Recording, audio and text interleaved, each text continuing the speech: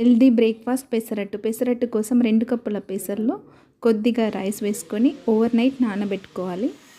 ఇలా నానబెట్టుకున్న పెసర్లను 2 times wash చేసిన తర్వాత అందులో 5 పచ్చిమిర్చి, కొద్దిగా అల్లం, కొద్దిగా జీరా వేసుకొని కొద్దిగా సాల్ట్ వేసుకొని మిక్సీ పట్టుకోవాలి. మిక్సీలో పేస్ట్ అయిన తర్వాత ఒక బౌల్లో తీసుకొని మనకి కావాల్సిన కన్సిస్టెన్సీలో కొద్దిగా వాటర్ కావాలనుకుంటే యాడ్ ఆన్ చేసి దోశ ప్యాన్ బాగా వేడయ్యాక అప్పుడు దానిపైన పెసరట్టు వేసేసుకోవాలి. ఇలా పెసరట్టు మనం క్రిస్పీగా రావడానికి కొద్దిగా రైస్ యాడ్ చేసాం కదా, క్రిస్పీగా వస్తుంది. అలాగే పెసరట్టు పైన సన్నగా తరిగిన ఆనియన్స్, కొత్తిమీర వేసుకొని తింటే చాలా బాగుంటుంది.